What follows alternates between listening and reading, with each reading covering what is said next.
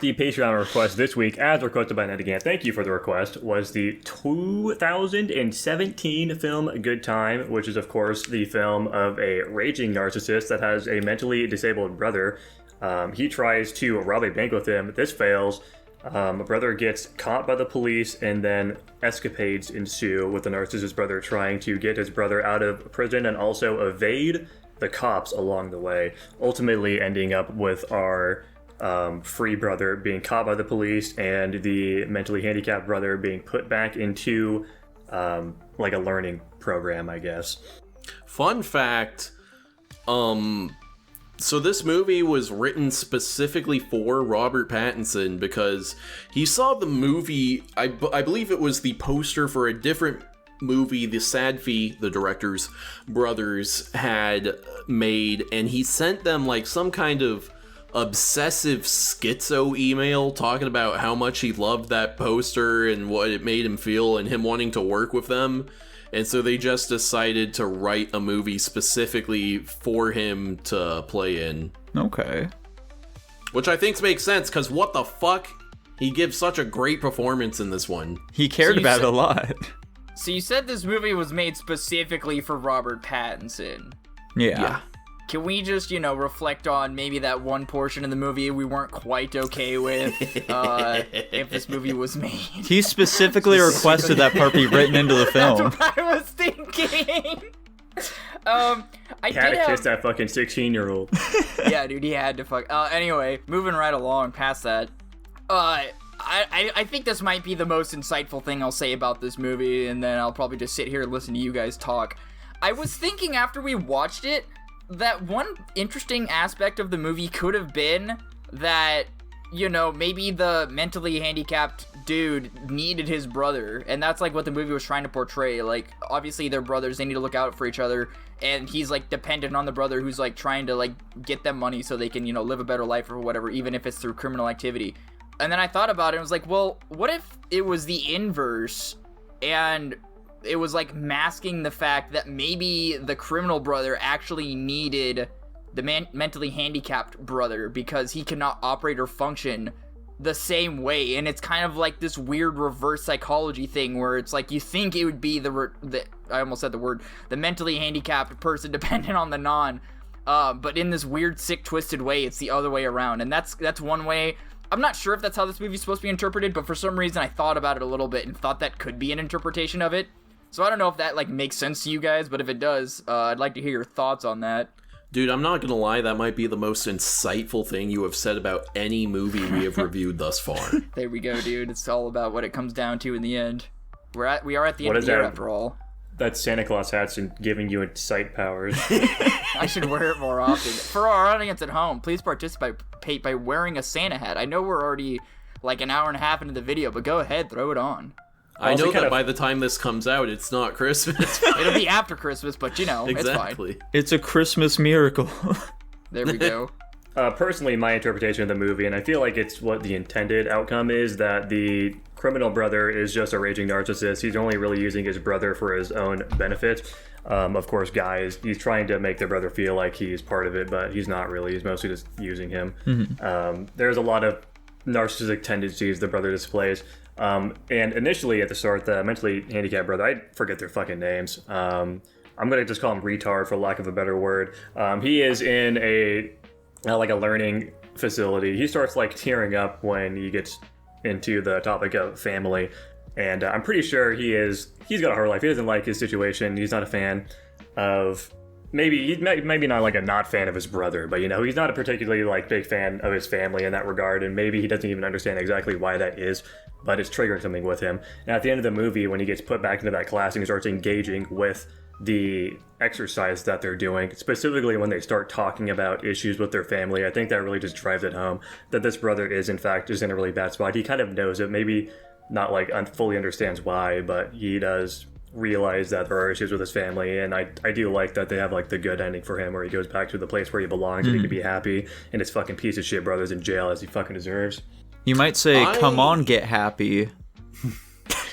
Wait, okay, so real quick here, Jackson. You're talking about Robert Pattinson's character. Are you saying he doesn't really care about his brother very much? I'm not necessarily saying that he doesn't care about his Okay. brother. I'm just saying that he's using him. Like, you can have a Ulterior motive. baseline respect for somebody, you know, he's your brother or something, but you can still go into the assumption that he's being used.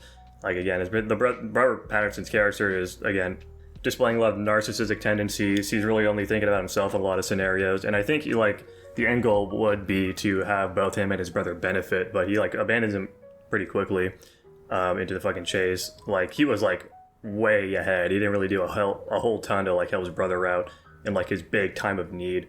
As just one example of that, and I think he's primarily just thinking about himself, and his brother is just an accessory to that. Maybe there's an argument to be made that he actually doesn't care about his brother at all. I mean, I feel like to me it seems very much so like he's doing all of this in order to help his brother. Like, isn't the whole reason he's trying to get that money and everything is so he can bail his brother out? Well, they needed the money prior to do that anyways. I think he was already in fucking debt to other people, but I don't know. There's different ways you can look at it. I think you might be you could potentially say that you are falling for his narcissistic ways. He's just doing a really good job. He's a charismatic guy. He's good at convincing people to let them do shit, and maybe that he doesn't care about his brother at all, and it is just a really good act to make it seem that way. Or maybe it's even a guilty conscience thing where he knows he got his brother into a situation. He's trying to feel good about himself by getting him out and doing the right thing, even though he got him in that situation in the first place. Yeah, the movie's deeper than it gives itself credit for, I think. Yeah. I guess that latter interpretation I feel would make more sense because otherwise why would he go through the effort trying to break his brother out of the hospital and stuff like that?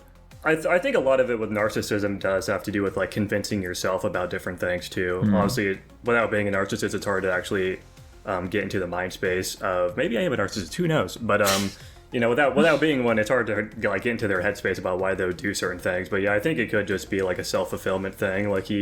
He thinks that he'd be a better person by doing that, so he's doing it to impress himself rather than to actually help his brother in the end. Okay. Yeah, I'm definitely more on Nico's side with that sort of interpretation. And I think that's kind of the thing this movie does the most interesting. Connie is still a sympathetic character, because to me he comes across he does legitimately care about his brother. Yeah. He's just extremely misguided on what is good for his brother, and he for one, I think you're right that he's very good at convincing himself of what the right thing to do, but he isn't very good at making those determinations. One thing we were talking about is how smart he is, and I don't remember exactly how I phrased it, but we kind of settled on when it comes to reacting to shit in the moment, he displays a pretty good level of intelligence. But when it comes to the big picture of oh, how should I live my life in a way that is conducive to my well-being, he doesn't have it. He's just kind of a serial criminal who just doesn't seem to be that interested in trying to live a life that isn't difficult, I suppose you could say. Yeah, I thought this movie was really good, very engaging. I was on my toes the entire time.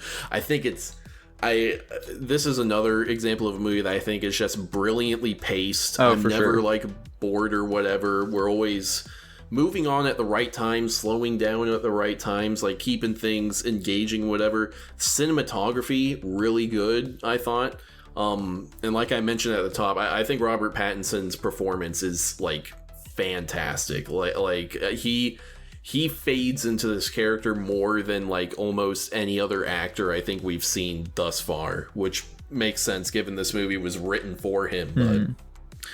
But yeah, for sure. On the topic of the pacing, this film definitely does a great job of just moving at a breakneck pace, keeping you on edge at all times.